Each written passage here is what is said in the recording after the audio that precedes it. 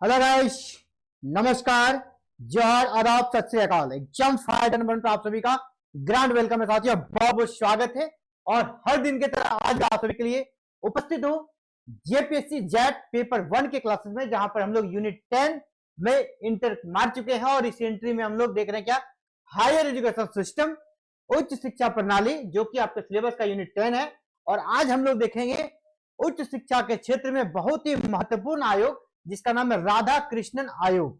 और आप जानते हैं राधा कृष्णन कौन है? भारत के पहले उपराष्ट्रपति और दूसरे राष्ट्रपति थे। और इसके नाम पर हम लोग टीचर्स डे भी मनाते हैं 5 सितंबर को। तो उन्होंने अपनी अध्यक्षता में एक आयोग बनाया था और उस आयोग के द्वारा कुछ सुझाव दिए गए थे, रिकमेंडेशन दिया गया था। और ये भी बता दें, ये भारत सरकार, आजाद भारत का पहला आयोग था। अभी तक जितने भी आयोग हम लोग देख रहे, चाहे वो हंटर आयोग हो, है ना, उट्स डिस्पैच हो, या जितने भी आयोग अभी तक हमने देखा, सेटलर आयोग हो, वो सभी क्या था? आजादी के पहले का।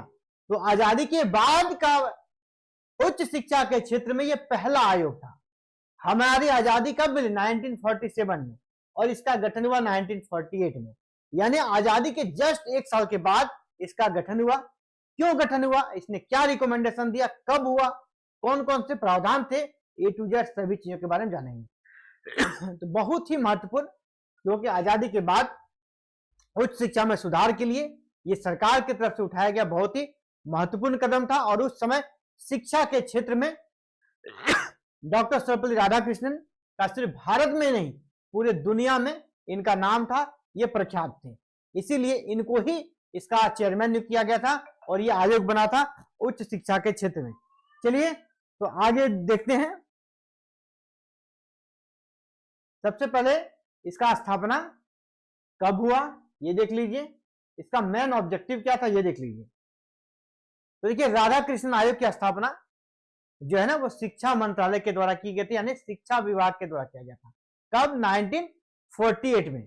आयोग को 3 नवंबर 1948 को नियुक्त किया गया। इसका उद्देश्य भारत की उच्च शिक्षा प्रणाली का पुनर्गठन करना था, यानी रीस्ट्रक्चर करना था। पहले, क्योंकि पहले जो भी शिक्षा व्यवस्था देश में चल रही थी, वो किनके अनुसार चल रही थी? अंग्रेजों के द्वारा बनाई गई अंग्रेजी शासन व्यवस्था के अनुसार यहाँ पर शिक्षा व्यवस्था चल रहा था। भारत आजाद हो चुका था, तो लगा कि नहीं, एजुकेशन सिस्टम में भी सुधार चाहिए।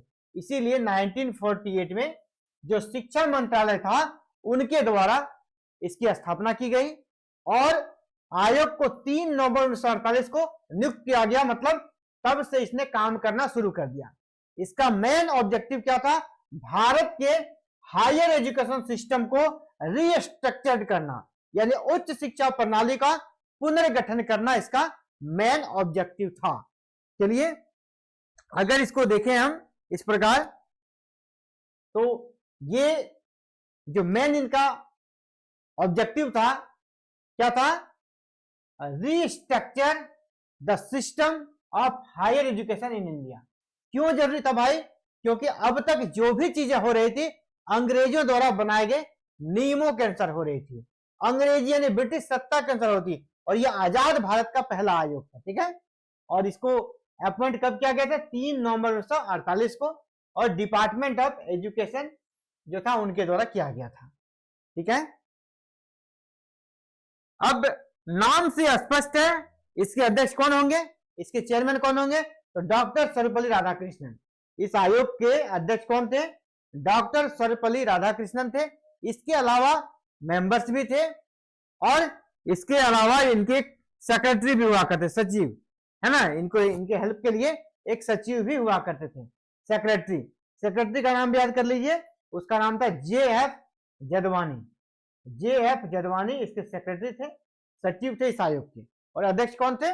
डॉक्टर सर्वपल्ली राधाकृष्णन अध्यक्ष हो गए, और सचिव हो गए आपका JF जदवानी, ये इसके सचिव थे। इसकी आवश्यकता क्यों थी, इस पर हमने संक्षिप्त में हमको बता ही दिया। क्योंकि इससे पहले हायर एजुकेशन के क्षेत्र में जो भी प्रयास किए गए थे, वो ब्रिटिश सत्ता के द्वारा किए गए थे, वो अपने जरूरतों के अनुसार, यानी उनको जिन चीजों की आवश्यकता थी उसके अनुसार ही वो रिफॉर्म करते थे। अब ये पहला आयोग बना जिसने हम भारतीयों के हित में, है ना, अपने हित में खुद ही आयोग बनाया। इससे पहले ब्रिटिश सत्ता अपने हित में, है ना, हमारे हित में नहीं, ब्रिटिश सरकार अपने हित में आयोग बनाती थी, उसके अनुसार रिफॉर्म करती थी। तो यहां पर अपने अनुसार चले, अपने अनुसार हमारा हायर एजुकेशन सिस्टम सुधरे, हमारी जरूरतों को पूरा करे, इस प्रकार का हायर एजुकेशन सिस्टम हमारा होना चाहिए। ये इसका कह सकते हैं मुख्य आवश्यकता था, इसीलिए इस आयोग का गठन किया गया था। देखिए, उच्च शिक्षा तब क्या था, औपनिवेशिक ढांचे पर आधारित था, यानी ब्रिटिश जो उनका स्ट्रक्चर था उनके सुविधा के अनुसार यह आधारित था। विश्वविद्यालयों में शोध, रिसर्च, गुणवत्ता, क्वालिटी एजुकेशन और भारतीय संस्कृति का अभाव था। यहां ज्यादा कौन सा संस्कृति था, वेस्टर्न, है ना, ब्रिटिश संस्कृति हावी था। गुणवत्ता भी जो था वो लो कैटेगरी का था, क्योंकि उनको बहुत ज्यादा आगे वो बढ़ाना भी नहीं चाहते थे। रिसर्च का भी बहुत स्थिति खराब था। इसके अलावा जो युवा वर्ग था उसमें राष्ट्र भावना व मूल शिक्षा कमजोर थी, क्योंकि उनको ऐसा करना ही नहीं था। राष्ट्र भावना भारतीयों में जगाएगा ब्रिटिश सत्ता, तो उन्हें भागना पड़ता, उनके खिलाफ प्रोटेस्ट होते, तो वो ऐसा एजुकेशन सिस्टम क्यों डालेगा।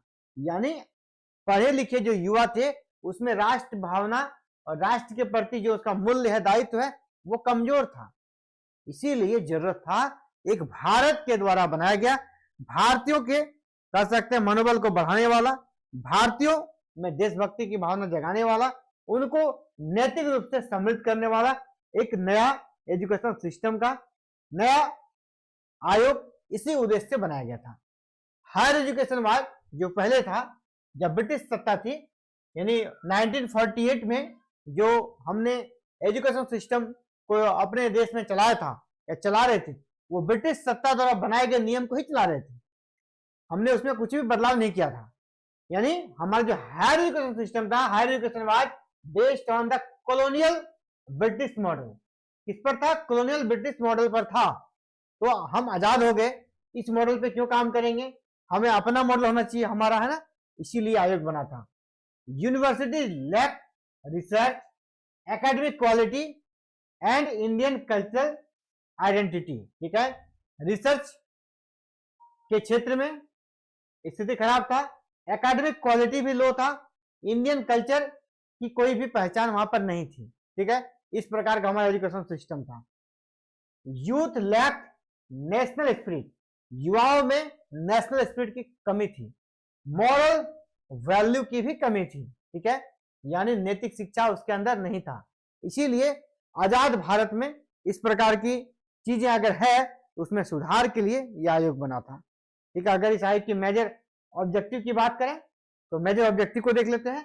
इसका जो प्रमुख उद्देश्य था, सबसे पहला क्या था, शिक्षा की गुणवत्ता बढ़ाना, शिक्षा की गुणवत्ता को बढ़ाना था पहला, शिक्षा की गुणवत्ता को बढ़ाना, improve the quality of higher education, शोध और अनुसंधान को प्रोत्साहन देना, रिसर्च को बढ़ावा देना था, प्रमोट रिसर्च एंड इनोवेशन, शिक्षक की स्थिति और गुणवत्ता में सुधार, शिक्षकों की स्थिति यानी उनको अच्छा पैकेज दिया जाए और उसके प्रशिक्षण में यानी ट्रेनिंग दिया जाए, improve teachers status and training, उनको ट्रेनिंग दिया जाए, उनकी स्थिति को सुधारा जाए, ये इनका उद्देश्य था। इसके अलावा अगला था शिक्षा में नैतिक व सामाजिक मूल्य जोड़ना, क्योंकि जब तक शिक्षित व्यक्ति में नैतिक और सामाजिक गुण नहीं होगा तब तक समाज में, देश में यूनिटी नहीं बन पाएगी। ठीक है, इसीलिए जरूरी था कि शिक्षा में नैतिक और सामाजिक मूल्य जोड़ा जाए, सिर्फ पढ़ाई ही नहीं हो बल्कि व्यक्ति में नैतिक और सामाजिक मूल्य भी हो, यानी include moral and social value, moral and social value, moral and social value, moral and social value in education. विद्यार्थियों को स्वायत्तता प्रदान करना, यानी विद्यार्थी ने विश्वविद्यालयों को, यूनिवर्सिटीज को प्रोवाइड ऑटोनॉमी टू यूनिवर्सिटी, और ये आज भी कायम है, यूनिवर्सिटीज को ऑटोनॉमी दिया गया है। इसकी जो मुख्य सिफारिशें थी, इसका जो रिकमेंडेशन था उसको देख लेते हैं। इसने कौन कौन से सिफारिशें की, इस कमेटी ने कौन कौन से सिफारिश की है। तो पहला क्या किया कि विश्वविद्यालय प्रशासन के बारे में देखें तो विश्वविद्यालय को शैक्षणिक, वित्तीय तथा प्रशासनिक स्वायत्ता, पहला दे दिया स्वायत्ता, यानी इसको आजादी मिली, ठीक है, इस क्षेत्र में। कहाँ कहाँ? University should enjoy academic, financial and administrative autonomy, क्योंकि उनका काम अगर आप बार बार रोकेंगे, है ना, सरकारी अड़चनों के कारण, तो वो यूनिवर्सिटी अच्छे से काम नहीं कर पाएगी।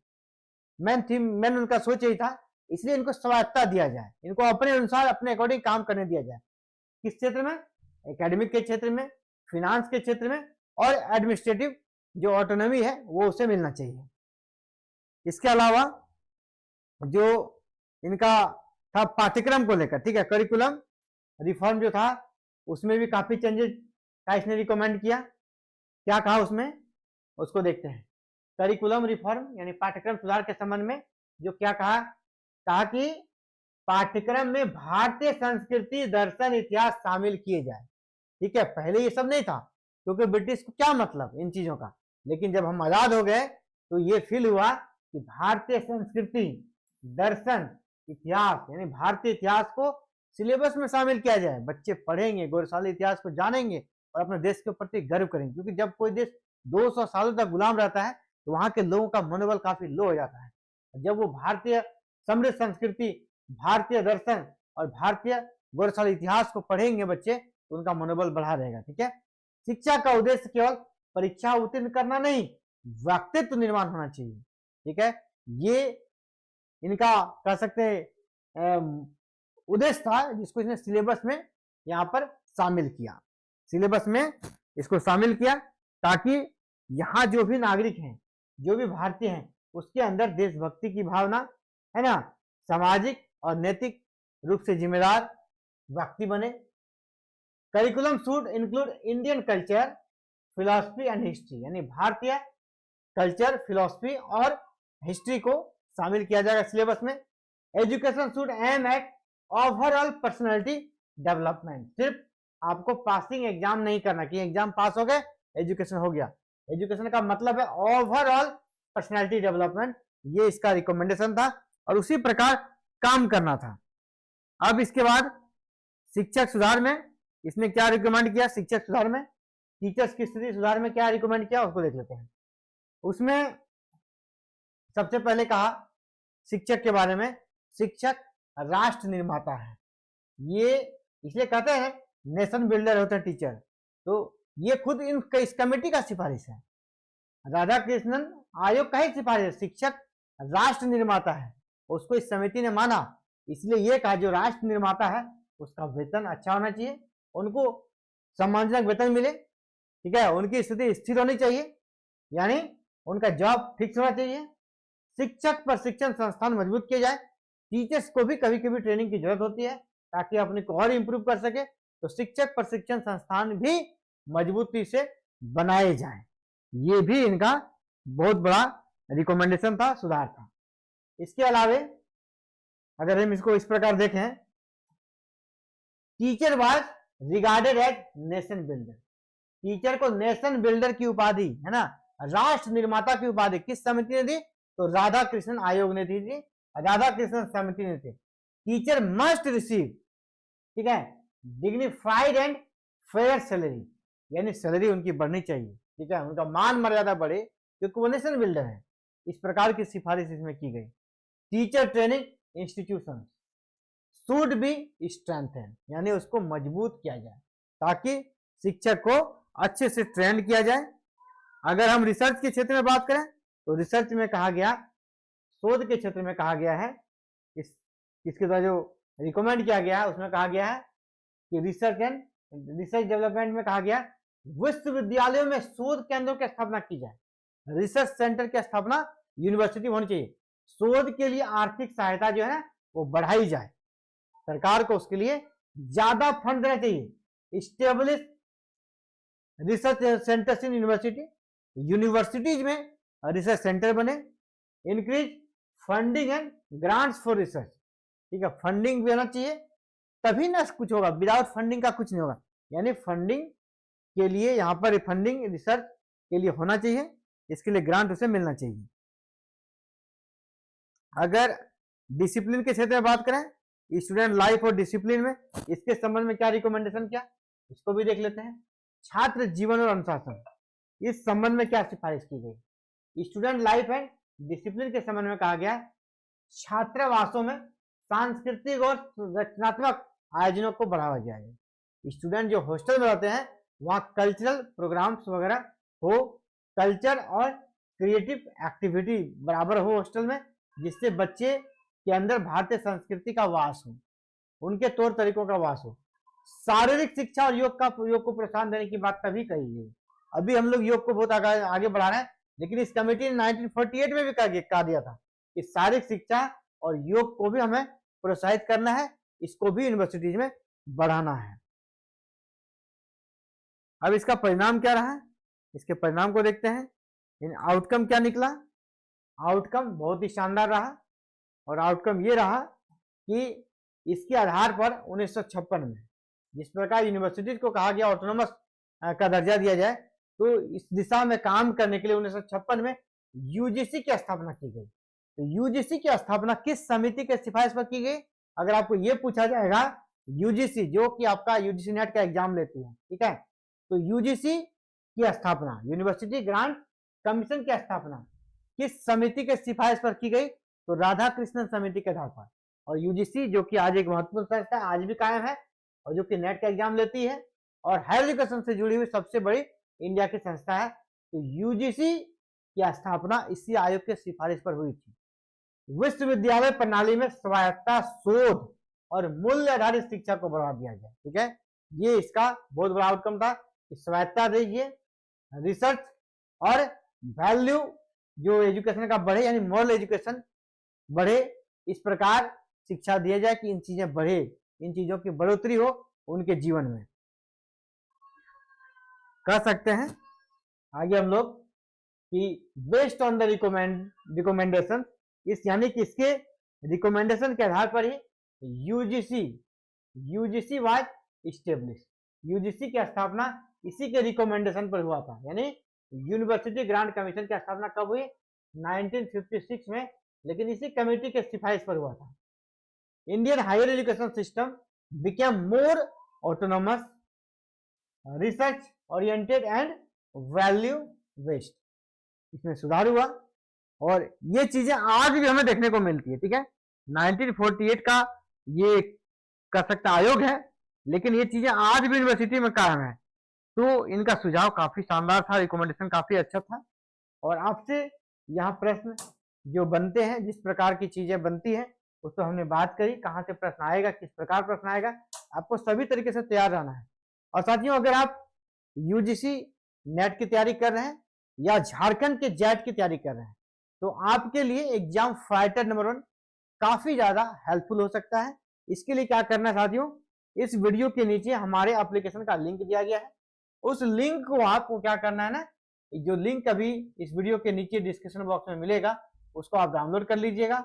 डाउनलोड करने के बाद स्टोर सेक्शन पे जाइएगा, वहां जाइएगा तो आपको बहुत सारे क्लासेस मिलेंगे।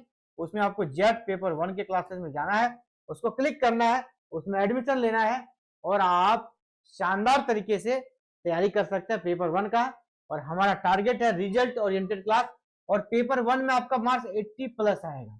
अगर आप थोड़ा सा भी ध्यान देंगे तो आपका मार्क्स कितना आएगा, 80+ आएगा। तो अलर्ट रहिए, और एवरीडे क्लासेस हो रही है, और जो भी क्लासेस आपका छूट गया है उसके लिए वीडियो 1 ईयर तक ऐप पे अवेलेबल रहेगा। तो आपको अगर क्लासेस में हेल्प चाहिए तो क्या करना साथियों, इस वीडियो के डिस्क्रिप्शन बॉक्स में जो लिंक दिया गया है हमारे एप्लीकेशन का है, एग्जाम फाइटर नंबर 1 ऐप का, उसको क्लिक कीजिएगा, स्टोर सेक्शन पे जाइएगा, और जेट पेपर 1, ठीक है, जेट पेपर 1 के कोर्स में एंट्री कीजिएगा। आपको सारे प्रीवियस वीडियो, नए वीडियो सभी मिल जाएंगे, पीडीएफ नोट्स भी मिल जाएंगे। अगर आप एडमिशन करना चाहते हैं तो आपके पास ये माध्यम है। इसके अलावा अगर आपको फिर भी बहुत ज्यादा दिक्कत है, इसी वीडियो के नीचे हमने कॉन्टैक्ट नंबर अपना दिया है, वहां से आप हमसे कॉल भी कर सकते हैं। हालांकि मैं नंबर यहाँ पर लिख देता हूँ, 457541840154, ये कॉन्टैक्ट नंबर है, इस पर भी आप कॉल कर सकते हैं और आवश्यक जानकारी कोर्सेज के बारे में ले सकते हैं। आपको जो भी डाउट्स हो उसके बाद आप क्लासेस में एंट्री ले सकते हैं। चलिए इस वीडियो में साथियों इतना है, मिलते हैं बहुत जल्द एक नई क्लासेस में। थैंक यू, जय हिंद, जय भारत, जय झारखंड।